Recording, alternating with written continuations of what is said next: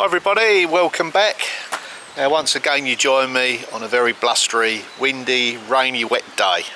But that's not going to stop proceedings today, so I think I'm going to head on into the cottage and get set up there.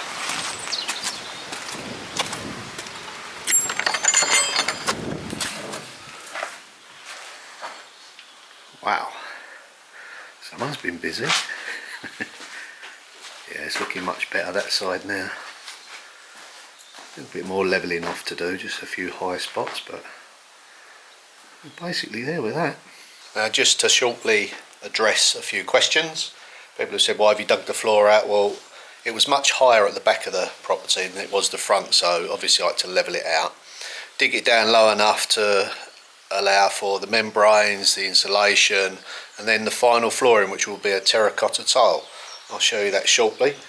So yeah, we had to dig down quite a bit, but we've done that there. Now because of the way this place is constructed, there will need to be a few steps in here. This will be the area where the kitchen's going. Now the problem I've got with this here, or several, but the main one is if I dig that down too low, then the outlet from my sink will be drastically lower, and the ground outside, it's a bit hard to see at the moment, but the land outside is quite a way up here. So obviously I've got to allow for the soil pipe to take the wastewater away into my Foss septic tank. So the lower down I come, the less gradient I'm going to have to connect up to my Foss, if that makes sense. I won't go into too much detail because that's another day. So this elevation here will be slightly higher than this one. Okay. And then when you look at the door level, obviously everything in this section up to where the kitchen's going to be will need to be dug down to cater for the door level. I hope that's cleared it up a little bit. So at the moment, if I take you sort of from the front door, so from the front door this needs to be dug down, and then depending on where I'm going to put the step, there'll be a step up into that area. Remember, this area is going to be dug down, and there'll be an area there which will sort of demark the kitchen. All this quarter will be dug down, so there'll be a step up that way, there'll be a step up into the kitchen. This will all be one level. That's how it is at the moment. It may change. Who knows what we're going to come up against. Okay, then we've got the configuration of the stairs. They're going to be different. They're going the other way, that way, which will mean we'll be cutting into these beams shortly. But for now, we're going to be going upstairs, and I'll show you what I'm going to do in today's video.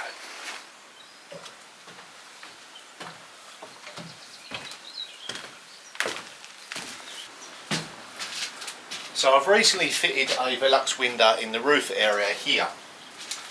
Now that most of the timber work I think is basically done in this section, it'd be a good time for me to put up the silver insulation around here. So yeah, I'm happy there's no leaks around it, and it will cut down on some of the wind that's blowing through here at the minute. It's whistling through. So first I need to remove this. Now this was a temporary support tied onto my ladders outside through the window, so I'm not going to be on the roof today.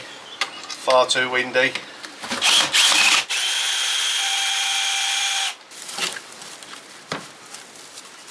This old support's got to come off. I don't think you'll put up much of a fight. No.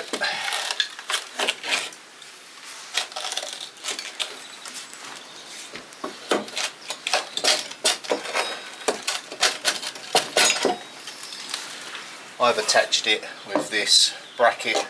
This is bolted to that. I fixed it here, so it's still fixed.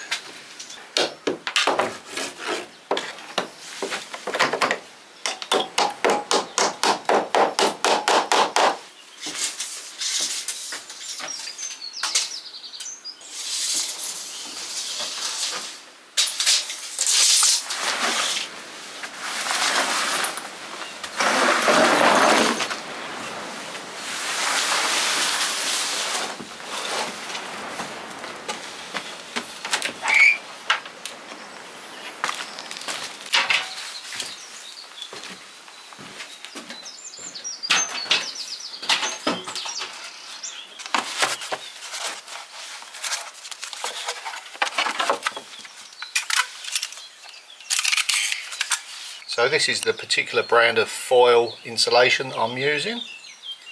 Now the reason why I like using this product, it's very easy to put up, it's very lightweight, you can do it on your own. And at the moment I don't plan to strip this roof off. I must sort of clear this up. This roof isn't going to be stripped off anytime soon. The roof that has the biggest problem is the one next door, which is the barn. So for the next few years this will not be stripped off. This goes on the underside. Now it acts as a moisture and vapour barrier.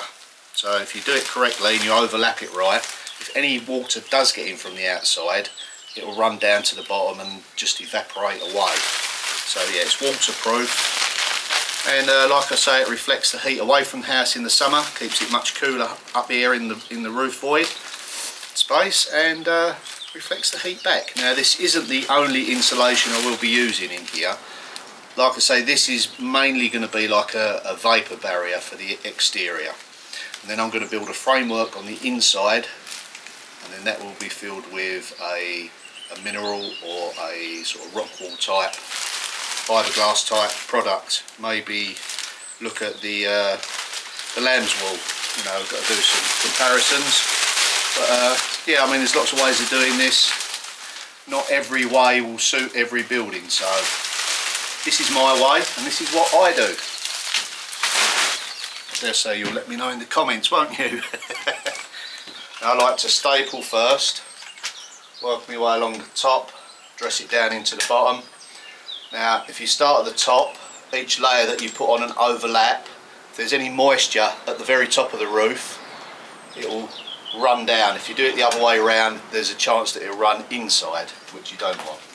It will become a little bit more clearer once we get going. So put my staple gun, we'll staple it in position, and when I'm ready we'll batten it. And I might try something. When you're filming and you've got the camera on the wrong side of the light, if you like, it has trouble focusing on the brightness and the rest of it, so I think I'm just going to get a bit of cardboard and try blocking off the light there, and we'll use some lamps to see whether that helps, because I know when I'm facing this way it's a bit hard for you to see detail.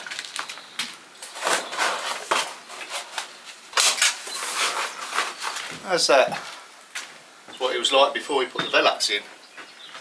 I think it will pick up what I'm doing around now instead of the camera fighting with the focus. So it's multi-layer, various different layers of padding and, well, insulation, more silver, 14 in total.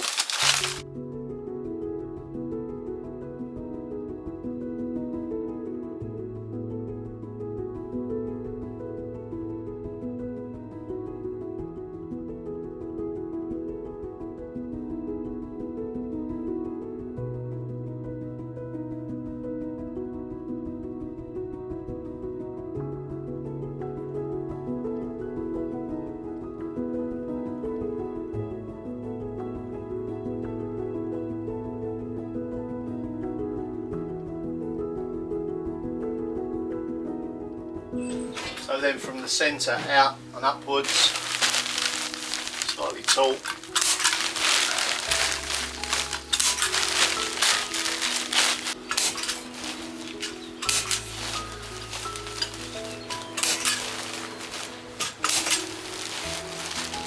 So in a moment we'll cut the centre panel and dress it round the inside of the window.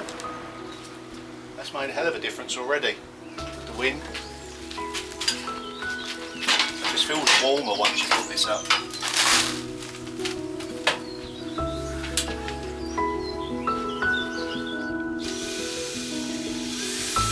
I'll just continue with that now, and we'll be ready to cut that section out.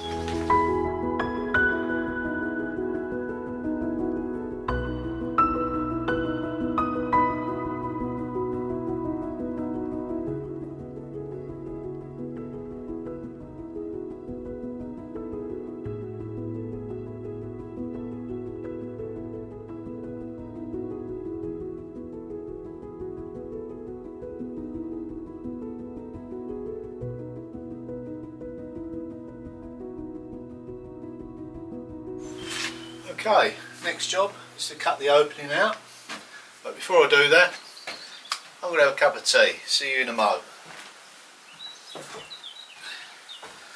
Okay, while I was having my tea, delivery van pulled up. I've got a parcel. Not quite sure what it is, but let's take a look.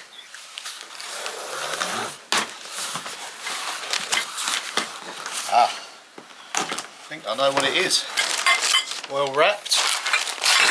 I do believe this is a viewer. It's got a company that sells, amongst other things, wind chimes. Okay. Very nice. Let's just get this unpacked. I understand they're based in Canada, but they ship worldwide. I will have a look at their website. Maybe put it in link in the description. So if anyone else wants to purchase one of these, they can head on over there. Excuse me, it started to rain. Oh. Lots of stuff outside. I'm sure that's a curse, you know. The second you leave anything out that shouldn't be, it starts to rain. Oh, okay.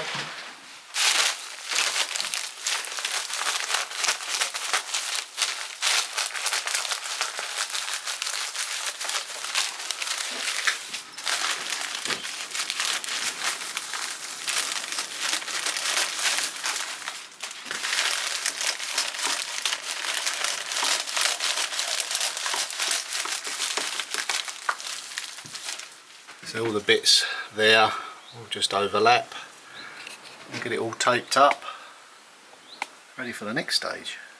Now when it comes to joining, we'll staple it down there, and then the next one will be brought over the top of that, pass to the next bits in there, and then we'll tape the joint there, stapling both pieces. I did plan to maybe get this sorted today, but it's pouring down now, so that's not going to happen. It's that little skylight original window in there that needs tiling over, so I can't insulate on the inside yet. I will just fix down there, ready, and I'll come across to the next one. I like to use a big wide tape like that. No messing about then. Get good coverage.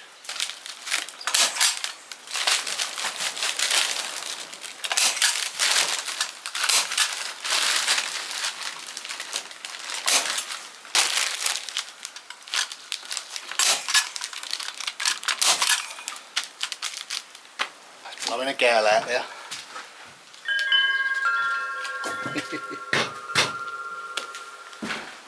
Okay everyone, I'm going to end the video there. I've got to get ready, I'm going on a trip somewhere. Not saying just where I'm going just yet. I'll see you when I get back. Bye for now.